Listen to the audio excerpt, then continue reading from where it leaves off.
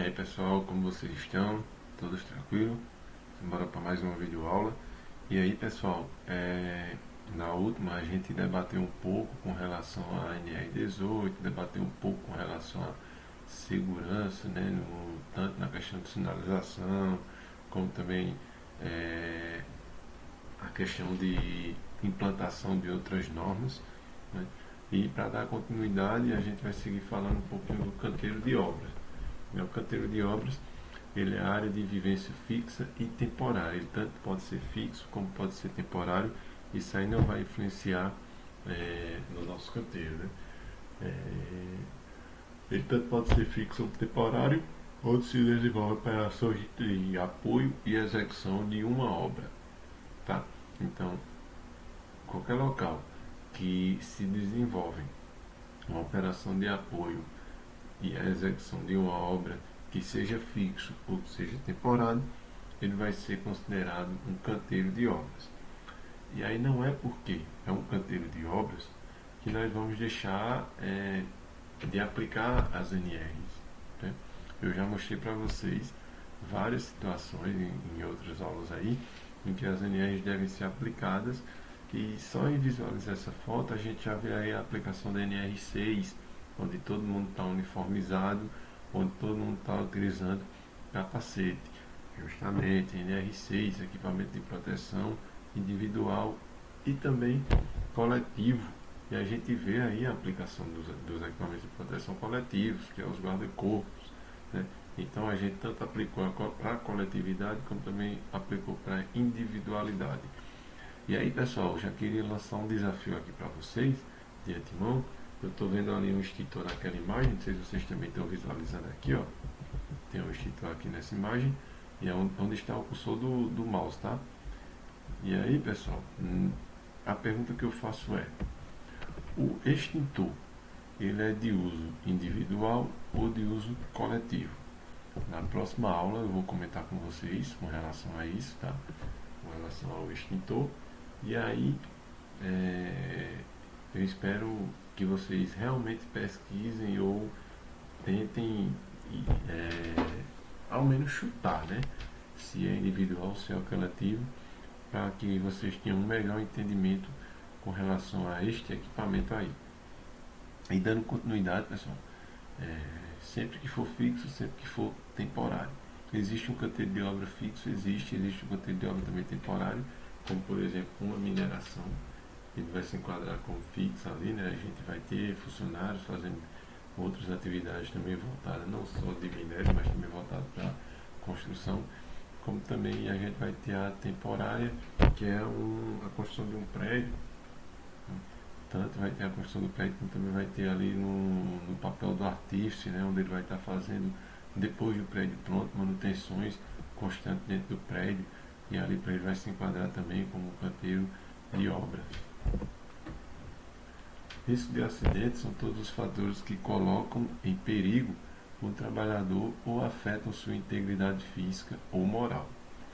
Então, sempre que o funcionário estiver em perigo, sempre que tiver com a sua integridade física e psicológica afetada, que venha a ser prejudicada, aquilo ali vai ser considerado risco grave e eminente. Então, risco de acidente. E quando a gente fala físico, é quando a gente está falando de um acidente típico. Quando a gente fala psicológico, uma doença ocupacional, que também vai se enquadrar como acidente.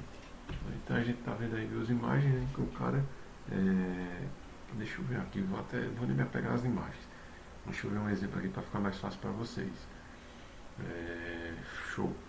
O cara estava trabalhando lá na serra de bancada. E aí ele não estava com a luva, terminou torando a falange do dedo.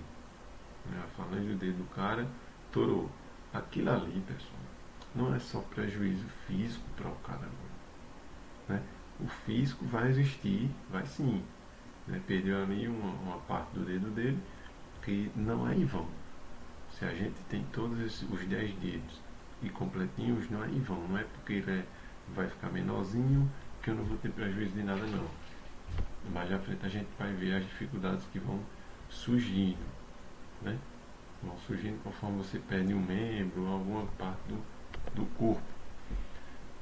Porém, psicologicamente, se a gente não tem uma mente preparada, se a gente não tem um acompanhamento, a gente pode surtar, pode entrar em depressão, pode cair na síndrome do pânico, várias outras doenças psicossociais que vão influenciar na nossa atividade, no desenvolver da nossa atividade, e aí podem nos prejudicar. E não só a gente, quanto empregado, mas também a nossa família em casa. Um filho, uma mãe, uma esposa, né? As pessoas que convivem com a gente vão sentir a mesma dor que você sente, né? Eu sei que pra gente que está passando pela situação é bem mais complicado. Eu digo por experiência própria, graças a Deus eu não cheguei a perder nada, mas esse meu dedo aqui ele ficou, como é que eu posso dizer, com uma sequelazinha. E aí essa parte aqui de baixo ele tem tipo uma bolinha aqui, a carne, né, que veio para praça para cá, e a outra parte do dedo aqui ficou um pouquinho mais fina. Isso foi um acidente que eu sofri, e foi a partir desse acidente que eu resolvi fazer a gestão de segurança do trabalho. Eu já contei numa aula anterior um pouquinho com relação a isso. E assim, minha mãe ela sofreu bastante, né? É, diante daquela situação que eu passei eu acho que uns 20 dias mais ou menos afastado da empresa. E aí todos os dias ela estava comigo ali colada, me dando força, né?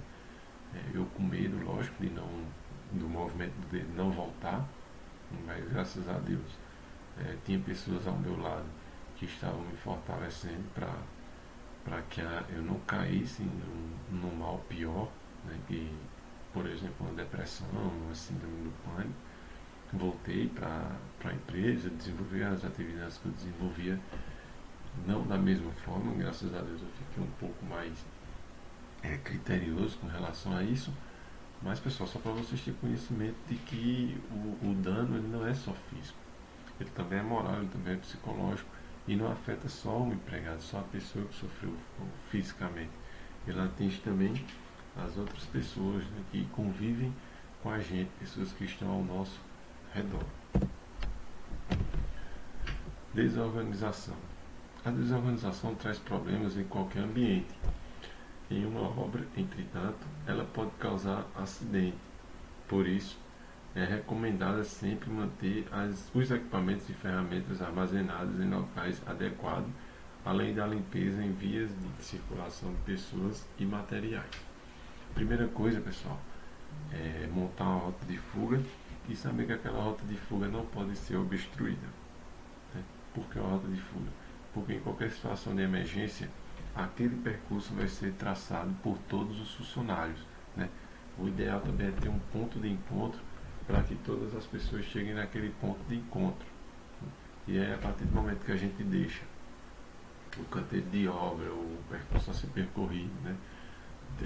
Igual a gente está vendo aí nas fotos, isso aí vai dificultar para que a gente encontre o caminho correto, o caminho da saída. Nem sempre todos conhecem a obra com a palma da mão, como o mestre de obra, como os encarregados, né? Nem sempre não, na verdade, quase todo dia vai ter visitante na obra, e aquele visitante precisa ser orientado. Então o ideal é que a gente também sinalize o canteiro com placas de saída de emergência, facilitar a saída de uma pessoa que não tenha o conhecimento da planta do local. E aí, fora isso, tem também a questão de evitar acidentes, como por exemplo, pisar em materiais pontiagudos, como prego, escorregar numa tábua, na lama, numa cerca, qualquer coisa do tipo, né? Pisar em falso. A gente tem que manter o local organizado. Sempre que um fiscal chega em uma obra e ele vê a obra organizada, ele já começa a enxergar a obra com bons olhos. Quando ele chega numa obra e vê a obra toda bagunçada, material jogado em tudo que é canto, material armazenado uma parte num lugar, outra parte em outro, ele começa a ter uma outra visão, né, daquela obra, e nada impede que ele comece a notificar ou autuar a obra já diante dessa situação, porque a gente vê que a organização é normativo, né? Vai lá, está constando na NR5 a questão de normatização. Cuidado, o lixo pode ser um inimigo silencioso. E aí acabei de dar esse exemplo, né? Se o cara está usando EPI, ele vai se prejudicar, porém o dano vai ser bem menor.